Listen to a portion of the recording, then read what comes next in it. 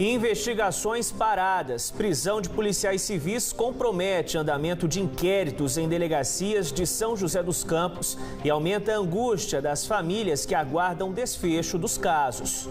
Agora, justamente no momento em que o inquérito seria finalmente encerrado com o relatório, nós estamos numa situação em que nos vemos sem delegado na principal delegacia da cidade. Desvio de recursos, contratos suspeitos, gestões comprometidas. Recentes operações do Ministério Público revelam a estreita relação da terceirização de serviços públicos com a corrupção. Estatística ampliada. Bandidos explodem única agência bancária de São José do Barreiro, no Vale Histórico. Orgulho em dose tripla. O sonho de servir a pátria é realizado por irmãos trigêmeos e conquista é celebrada por família de São José dos Campos. Eu tinha vontade que eles seguissem alguma carreira e eles escolheram a carreira militar. Então, a gente tem que apoiar aquilo que o filho deseja. Na agenda cultural, as dicas para você programar o seu fim de semana. Dezembro começou e o que foi notícia nesta sexta-feira na região? Você acompanha a partir de agora no Band Cidade, segunda edição.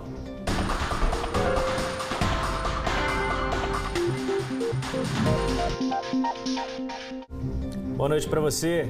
Olá, muito boa noite. A prisão de 25 policiais civis determinada pela Justiça do Estado nesta quinta-feira desfalcou ainda mais as delegacias de São José dos Campos. Das 36 pessoas denunciadas por envolvimento com o tráfico de drogas na zona sul da cidade, 5 policiais ainda seguem foragidos. Após as prisões, a Secretaria de Segurança Pública autorizou a imediata transferência de policiais da capital para repor o efetivo no Vale do Paraíba. Também deve ser complementado com alguns aprovados no concurso público que já está em andamento. Apesar das medidas, familiares que aguardam a conclusão de inquéritos temem que os casos possam cair no esquecimento. A Polícia Civil de São José dos Campos amanheceu com 30 policiais a menos. Os agentes tiveram a prisão preventiva decretada pela Justiça. Segundo a denúncia do Ministério Público, eles cobravam propina de traficantes para facilitar o comércio de drogas na zona sul da cidade. A gente fica com medo com isso, em relação a isso, né? Porque se os policiais que eram para proteger-nos, né, não estão fazendo vistas grossas e tudo mais, é algo preocupante para a gente, né? A gente já não fica surpreso mais. Aliás, a gente espera que isso aconteça novamente, porque tem muita coisa ainda para acontecer. Tem muita coisa escondida ainda. Isso, infelizmente, é um câncer, está em todas as camadas na nossa sociedade. Eu acho que tem que existir justiça, né? Porque se realmente a gente confia neles que é para defender a gente e dar esses problemas, né? Os policiais presos trabalhavam, por ironia, na DISE, delegacia especializada no combate ao tráfico. Agentes do 3º Distrito, no Parque Industrial, e do 7º Distrito, no Bosque dos Eucaliptos, também teriam atuado em favor dos traficantes. Até o delegado titular da DIG, Darcy Ribeiro, segundo a denúncia, estaria envolvido no esquema, que, de acordo com o Ministério Público, exigia dinheiro dos criminosos para não incomodar o tráfico no bairro Campo dos Alemães. Hoje, a Corregedoria da Polícia Civil abriu um procedimento administrativo para investigar a conduta dos policiais, que foram levados para o presídio da Polícia Civil em São Paulo. Segundo o diretor do DEINTER, 5 denunciados estão foragidos. Nós temos preso hoje 25 policiais. Se apresentaram espontaneamente, tão logo tiveram conhecimento da decisão que determinava essa prisão preventiva. E os demais, eles continuam foragidos? Os demais, eu acredito que ou irão se apresentar, certo? Alguns deles, nós temos notícia que irão se apresentar hoje ainda, e outros, se realmente não se apresentar, a polícia vai atrás e vai conduzi-los à corregedoria para que o mandado seja cumprido. A prisão dos agentes reduz ainda mais a já reduzida equipe da Polícia Civil. E o trabalho, enquanto isso, só aumenta. Segundo a Secretaria Estadual de Segurança Pública, somente aqui na Delegacia de Investigações Gerais de São José dos Campos, o número de processos em investigação cresceu este ano 60%. De janeiro a outubro, 287 casos estavam sendo investigados, 105 a mais que no mesmo período do ano passado. Entre eles, a morte de 4 jovens atropelados por uma caminhonete em alta velocidade na madrugada de 7 de setembro. As vítimas socorriam um motociclista acidentado quando foram atingidas pelo veículo. Matheus de Jesus Souza, de 19 anos, que estava ao volante, responde ao processo em liberdade.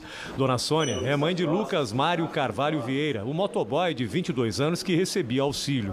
Com a prisão do delegado Darcy Ribeiro, ela teme que o caso caia no esquecimento. Já vai fazer 3 meses, no próximo dia 7, e até agora nada foi feito, né?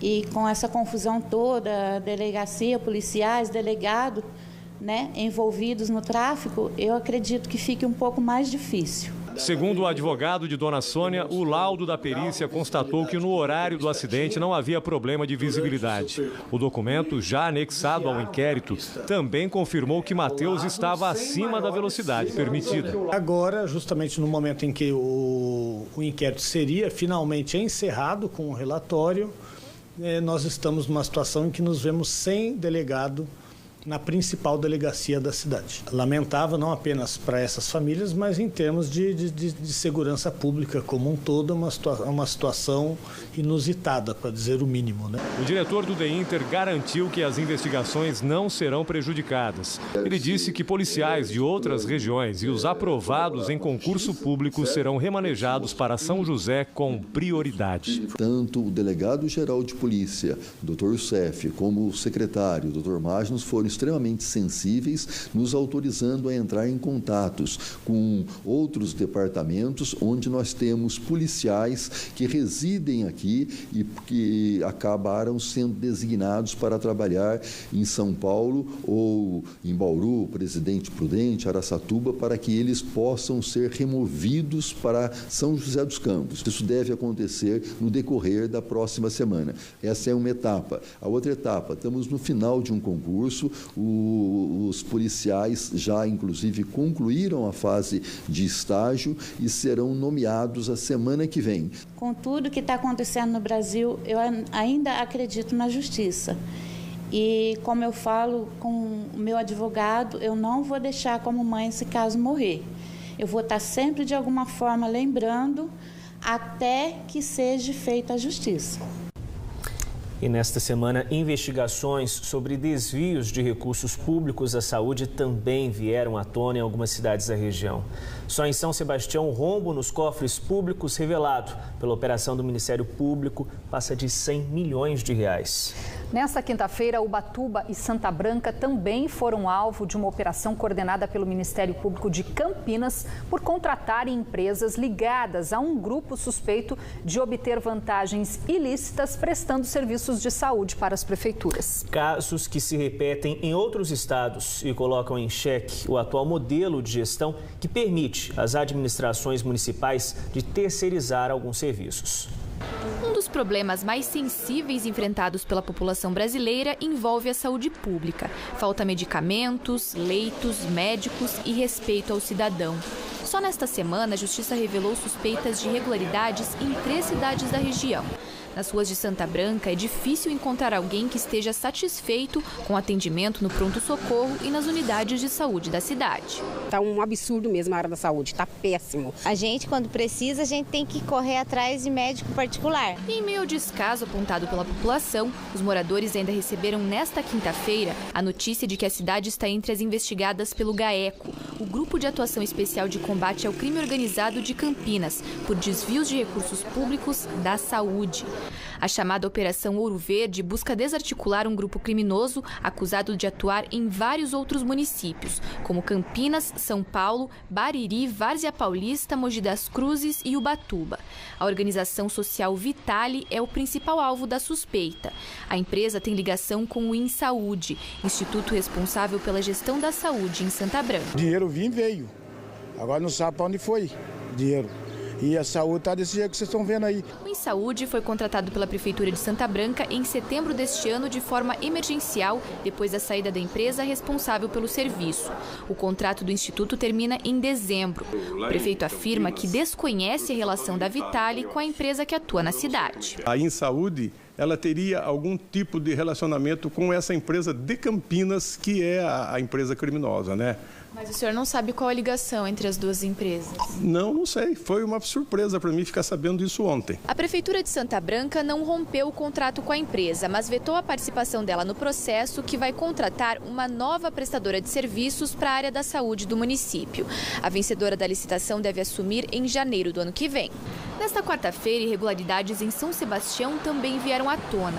Na Operação Torniquete, são apurados desvios de recursos públicos que ultrapassam 100 milhões de reais, repassados pelo município ao Hospital de Clínicas. A suspeita é de que o esquema era coordenado pelo ex-prefeito Hernani Primazzi, do PSC, que governou a cidade entre os anos de 2009 e 2016. Ao que me parece, a utilização dessas organizações similares ao que aconteceu aqui precisa ser de pronto reavaliado. A forma como tem sido terceirizada a prestação de serviços para a população.